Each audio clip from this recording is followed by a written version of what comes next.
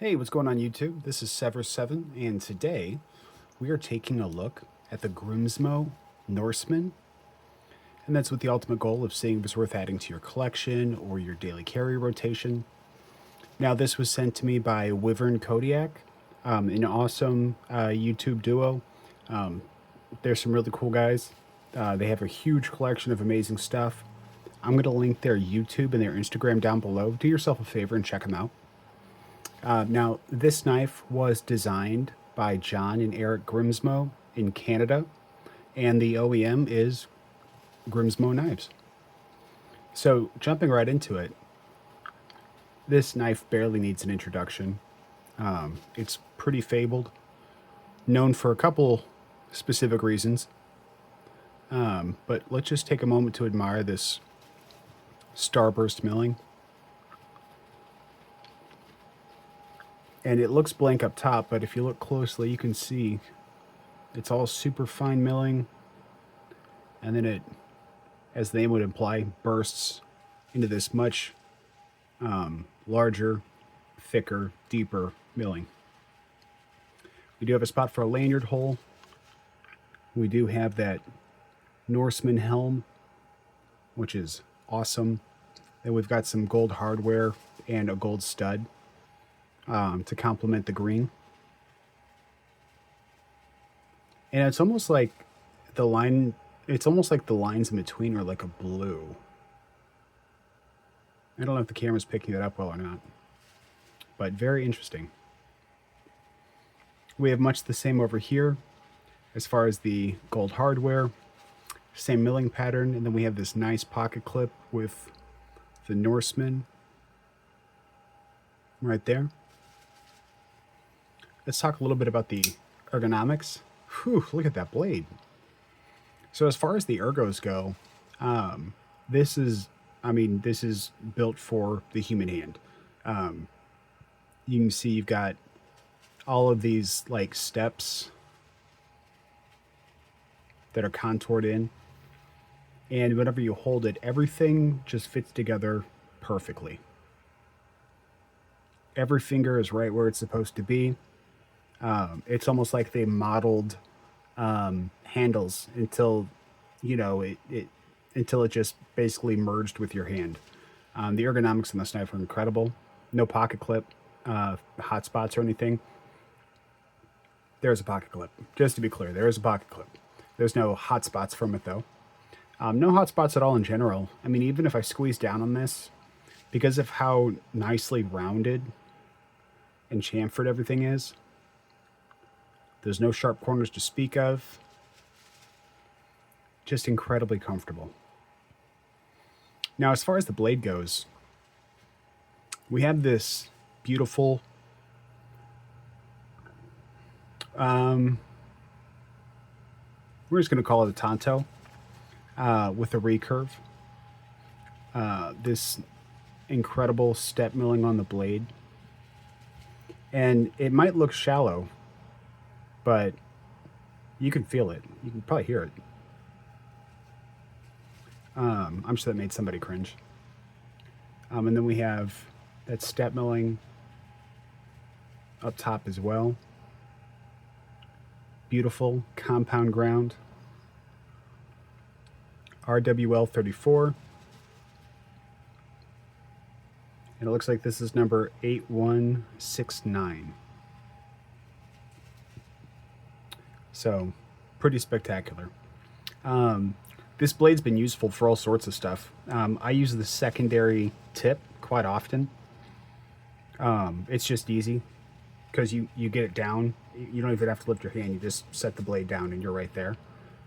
Your fingers clear the surface you're cutting on, and then you just push, cut.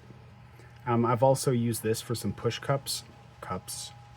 some push cuts, where I've just been, I did a little rope cutting. Okay, I say rope. It was like thick yarn, so not really rope. But I was able to go through it just by push cutting. But this front edge here, it was nice and easy. It was just push, cut, push, cut, push, cut.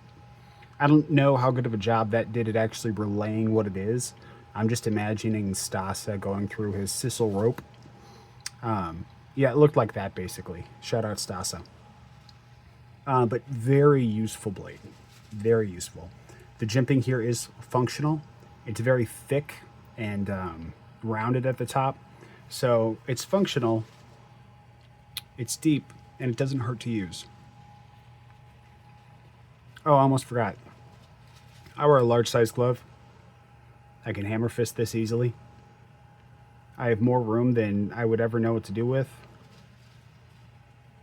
And you can even choke up. So much room on that handle. Although I do prefer just the main grip.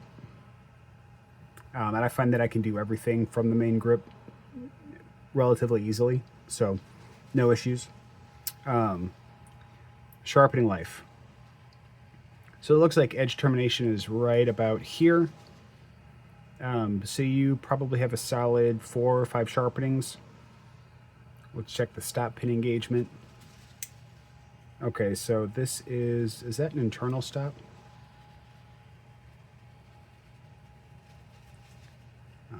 It appears to be an internal stop, which means if you wanted to cut in your own sharpening choil, you absolutely could, and it wouldn't interfere with lock face geometry or anything like that.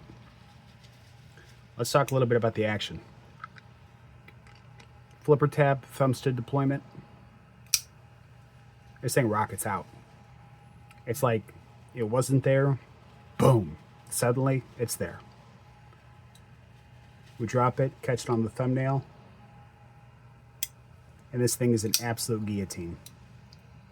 Now, it wasn't a guillotine when it first showed up, but then I merely placed a bottle of KPL next to the closed knife, and suddenly it was just like I couldn't believe it. Because whenever I first got this, it was like a slow hydraulic 30 seconds or so to drop into the closed position, and then boom, it was done. Now it's almost like you have to hope you get your finger out of the way fast enough. It's absolute guillotine. I did like the hydraulic close, but it was squeaky, and your knife shouldn't be squeaky. So I did dab just a little bit of KPL on it, and the action has been guillotine ever since. The action is incredibly satisfying. It's got a good stiff detent. Oh, every time I mention the detent of a knife, something goes wrong. I mean, even right there, I like half pushed it out. But very crisp detent, stout, good weight to the blade. Thumb flick, reverse flick, all great. The acoustics are delightful. On the way out, on the way down.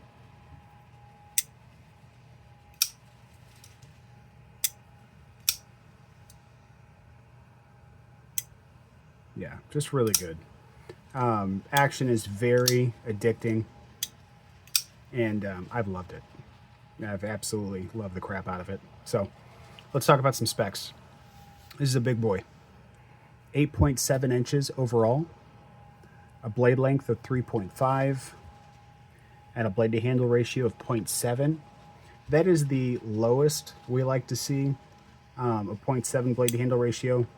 And we can see down here, they definitely could have given us another 1/4 of an inch. But it is what it is. You know, I mean, it's 8.7 inches, right? So you don't need more blade. Like, functionally, this blade will handle everything you want it to. You know, I mean, if you're a size queen and you want every ounce of blade you can get, then I get it, because that's me.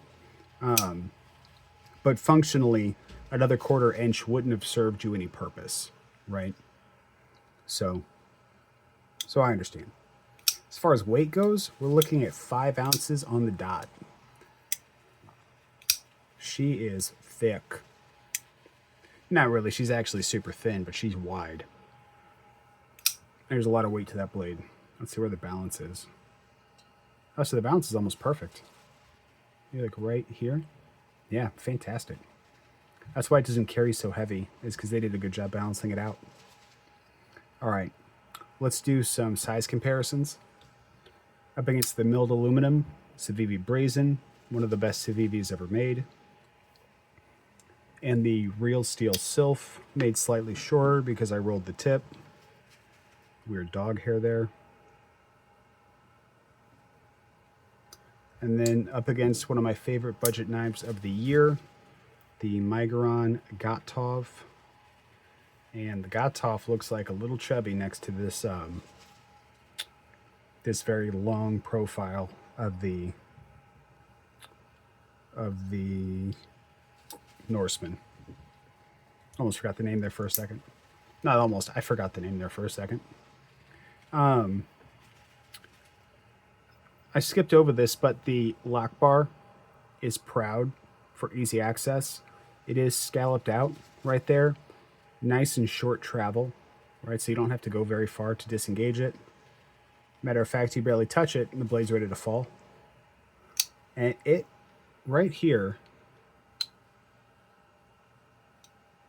yeah. Right here is where it makes that transition. But that transition doesn't stop it at all. I mean, from right here, no effort, virtually. Let's try it again.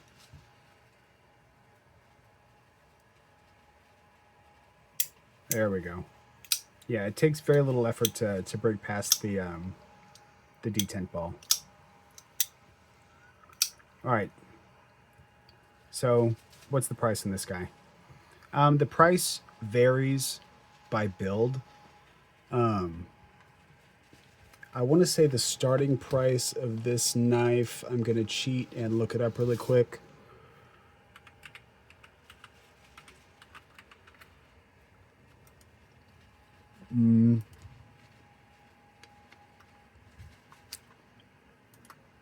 Okay. So there's no Norsemans for sale.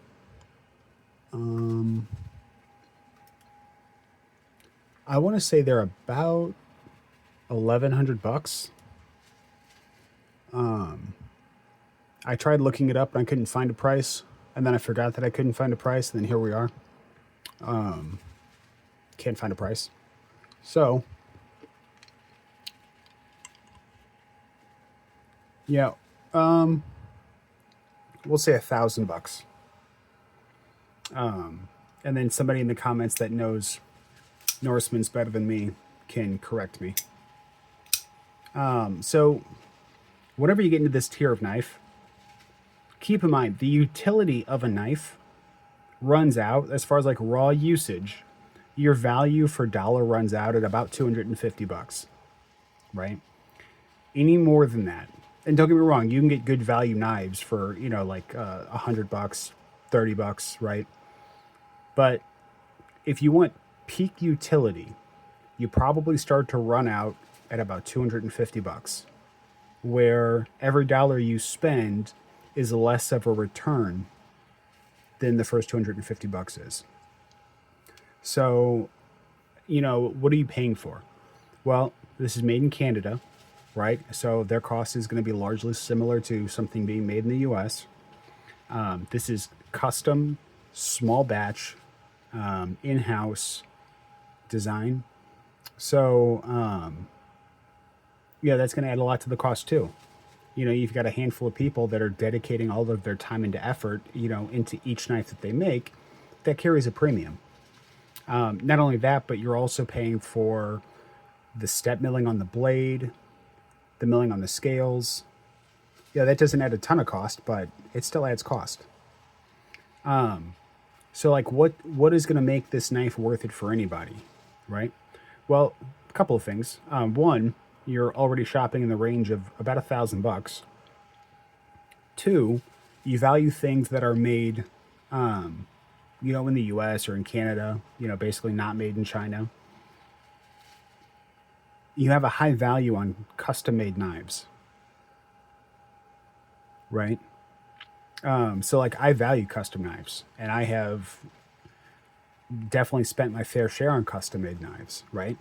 And that's because there's like two types of custom knives, right? There's like mid-techs that are like man-made and machined, and they're essentially perfect, right? They're what the creator wanted it to be and then enhanced with machines, and it's essentially perfect. Then there's custom knives that are purely handmade and they're a little quirky. My understanding is that these guys use machines in their making, and they have a YouTube channel that covers, how they make knives. I haven't watched the videos yet, but I probably will, having handled this knife now. But this, like, if a production knife is considered perfect, which they usually are because they're machined 100%, then this knife exceeds that standard of perfect. Everything from the detent to the deployment to the disengage to the feel in hand and to the usage, there isn't any aspect of this knife that is like questionable. It's got perfect ergonomics. It's got perfect action. I actually can't believe how smooth. I actually can't even say smooth because smooth implies friction. There's nothing. You can't feel any resistance. It just feels like you're moving a feather. I don't know how they're accomplishing that, but it feels delightful. And it feels like a feather, but then when you drop it, it's a guillotine, right? It's almost like there was just like a little drop of magic placed on this knife. I really can't explain it. So this is definitely exceeding all expectations of what would be considered perfect production. That's really hard to put a price on because I'm not sure what they've done to accomplish that. Ooh, look at this it's like a little mustache. Check that out. That's dope as hell. But yes. So is this knife delivering well above and beyond my expectations? Absolutely it is. Is this going to be peak performance? It absolutely will be. The only type of people I would recommend away from this knife are going to be people that are not shopping in this territory, right? If you just bought your first $400 knife, then do not look at $1,000 knives of any kind. And then people who just don't like the aesthetic. Like, if you just don't like the aesthetic, it is what it is. But if you value custom and mid-tech knives, if you value essentially beyond perfect in nearly every aspect of this knife, and you like the way it looks, and you're already shopping around in this price range, yeah, I've got no complaints. This knife is truly fantastic. I haven't tried any of their other knives, but I'm really eager to. I haven't gotten to handle the Norseman. Yeah. Really at a loss of words. You just have to try one. Maybe people that already own this or have owned this knife can sound off in the comments. Maybe put better words to what I'm trying to say. But a delightful addition to anyone's collection. And yeah, it's just, I mean, a damn near perfect knife. Also, you have to like bigger knives too, because this is a big boy, right? So anyway, if you like the video, hit the like button. Don't forget to subscribe, and until the next time, guys, peace.